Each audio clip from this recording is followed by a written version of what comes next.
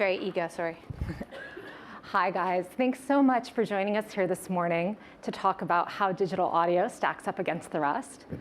I'm Lindsay Lynch. I'm head of business development. I'm a business development director here at AdsWizz, working on the international patch. So what that means is I help brands and agencies based here in the UK with all of their global activity across our Audiomatic DSP, our AdsWizz marketplace, running across streaming audio, podcasts, as well as in-game mobile ads. Thank you, and I'm Rowan Hamill, and I look after the same as Lindsay, but in the UK and Irish market, and I'm sure I have chased a lot of you in this room before, so apologies. So, what we'll cover today. So, we are all here today because it's a bit of an echo chamber, literally. We all love digital audio. And it's not just us in the industry that love digital audio. 35 million people in the UK listen every week. That's more than half the population. And there's been a 40% increase in digital audio since 2019. This is, we all know, because of the way that listening changed in 2020 when we all had a lot more time on our hands. But it's gone beyond that. So on the stage, people were asking for podcast recommendations, but that also happens at home. Your parents, your family are saying, have you got a podcast recommendation for me? And it's become part of our culture where we talk about the latest podcasts. And 2.3 hours is spent listening to any form of digital audio every day. And that's the same as listening to us talk 9 times over. Rowan, for the benefit of everyone in this room, can you just elaborate a little bit more on what we mean when we talk about digital audio here at AdsWizz? Yeah, absolutely. So digital audio, good question, is, and this has come up a couple of times, digital audio is anything that requires, I need to make sure I get this right, through an internet connection. So not your stereo at home. So not your DAB, not your AM, FM, but not your boombox. Not your boombox, not your boombox. Your phone, smart speaker, desktop, laptop, plugged-in headset. So that's what we mean by digital audio. And I think what's so interesting about digital audio, Rowan, you've shared some great stats with us about how we're spending more time with it. What's really interesting is how we're using it throughout our day and how it so nicely complements with other forms of media. So for example, I'm sure most of us, well, if we're like 56% of the UK population, woke up, rolled out of bed, picked up your phone and checked your social media first thing. Maybe second, you checked your email. Then, as you were getting ready for the day, you were probably maybe listening to music. You might have been asking your smart speaker to say, what's the weather going to be? Do I need an umbrella? Is it going to rain? Especially this week. I think, if you're out going for a morning jog or maybe walking the dog, chances are you're taking along a podcast to keep you company while you do that. And we see so often during the morning commute, people are plugged in and listening as well. Most of us today probably came here via Waterloo Station. There's some really fantastic out-of-home ads out there. There's a really cool Coca-Cola one. I saw a lot for Uber. But I also saw that just about everyone walking around me was plugged in listening to headphones. So it really is a good complement as we're going through our day. And we're all here at this great conference. But if we weren't, if we were at home or if we were in the office, chances are, as we were doing research for our clients, we might be exposed to a couple different digital ads, but we'd also be listening to the radio. We might be listening to a podcast as we're doing an Excel sheet.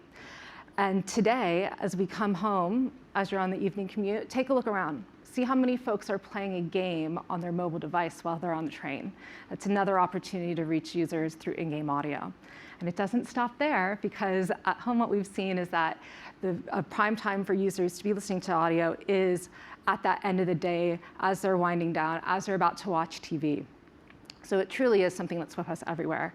And what's also really interesting is the fact that what we're seeing is that from a younger audience perspective, that is how they are preferring to engage with their audio.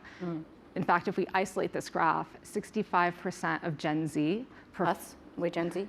Yes. Well, millennials aren't too far behind, okay. But most of the younger audiences do prefer digital audio over linear. And what's interesting too is the same audience, according to Morning Consult, who just ran a study, only 27% of Gen Z they watch linear TV. And that number seems quite low, but actually only 34% of millennials do as well.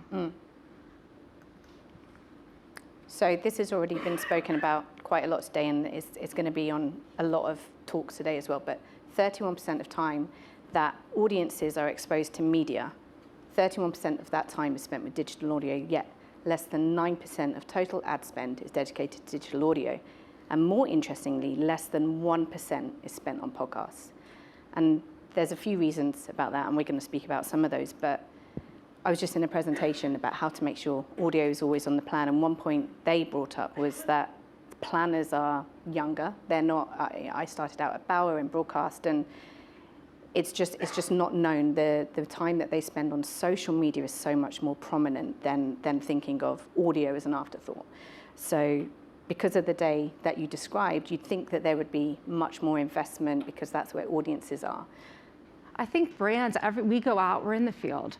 Everyone knows audio's on their roadmap. It's something that they want to do. It's something they think we should be doing this. Yeah. But it's just doing that little bit more to get them to put audio on plan. Exactly, and when I said about bugging people in this room, it's very true. There's no one challenge that people aren't investing more in digital audio. So I thought we'd just take a bit of time to talk about some of the pushback and how you can address some of it. But first up really is the challenge. First up is the perception of audio. So very much, I moved over from a display background and I was speaking to programmatic teams. And I was saying, come invest in digital audio, come invest in AdsWizz. And they were saying, oh, audio sits with AV teams, go speak to the AV teams. So I go and speak to the AV teams and they were saying, no, we don't buy programmatic. That's not the world that we're in.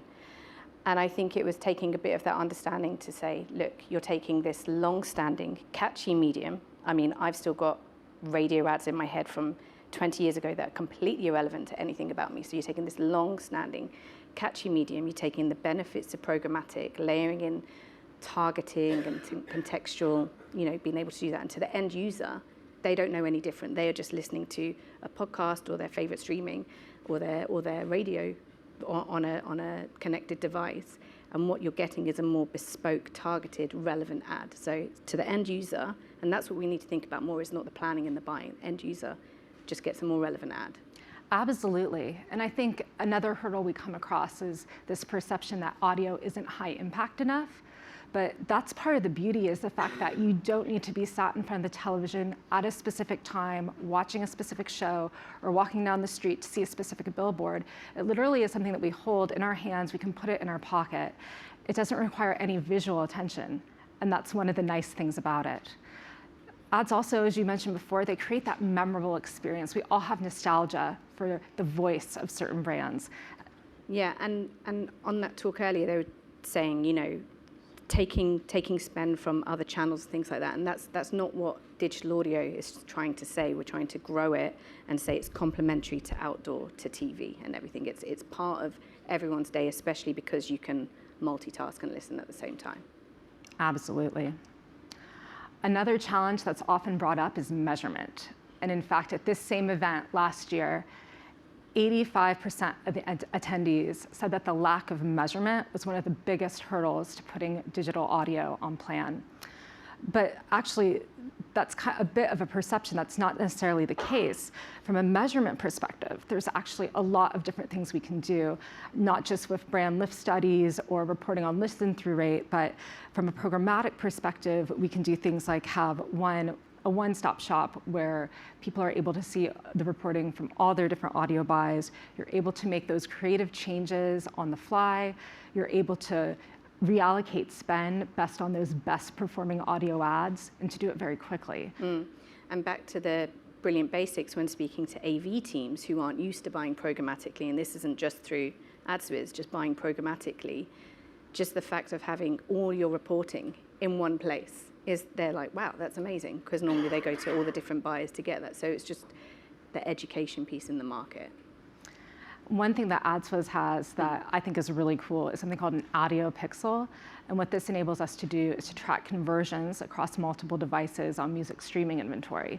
So that way, as a listener is listening to music, they hear an ad, we can then go and track to see how many people went on to visit the website for that ad, how many people signed up for something, potentially how many people even made a purchase. And the best thing about this is it doesn't require any cookies. Well, that is a nice segue, because it's like we almost set this up. So cookies, not the most obvious challenge to AV buyers, but there is a session on it later, so perhaps it is. But with the third-party cookie deprecation approaching, it's just like how can audio fit into this? And it's with changing the perception and the challenge of where digital audio sits. What we can do is we can be seen as part of the full funnel, not just part of the branding and part of the attribution methods and part of driving direct response to audio.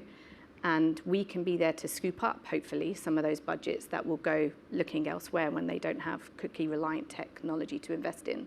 And outside of that, there is a session on cookies later, and I don't know if we get a chance to see it, but there's a lot that can be done in podcast contextual targeting. So you can take the content of a podcast, transcribe it, and use that to target keywords in there or away from, which is very important when it comes to podcast targeting, because people can be hesitant to have their brand in something that, you've got two hosts just talking and they could be saying something bad about your brand or something in connection to that. So we use a special piece of technology that allows you to safely and relevantly invest in podcast spot advertising. So in closing, we've ran through a lot in this session. We did not have a lot of time, to be fair, and we do talk a lot. Yeah. But if we can leave you guys with anything, if you leave this room and remember anything from this conversation, we hope that you start thinking about ways that you, as marketers, can close that gap. How can we get more audio spending to help drive that brand resonance?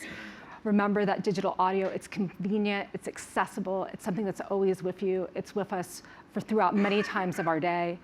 There's increasing time and share of voice around digital audio, especially amongst that younger audience. It is measurable beyond just listen through rate. And then to end on a warm and fuzzy note, it is authentic. There is this trustworthiness that digital audio allows. We all have our favorite DJs, we have our favorite podcast hosts that we really enjoy and look forward to spending time with them each day. Definitely. If I said that with my accent, it would just sound really sarcastic. Yeah, that's it. We do have a little bit of time left over for questions, but I don't know if... Any questions? We must have spoken fast. Yeah, come on, don't be shy. There must be one question out there at least. I'm glad my boss I can just awkwardly just look at everyone and say, we're not leaving this room until we get a question. If you guys are shy, it's okay. Rowan and I will be here all day. Please come up to us, have a chat. This is our favorite thing to talk about, is digital audio. We'd love to have that conversation. Feel free to reach out to us as well. Thank you.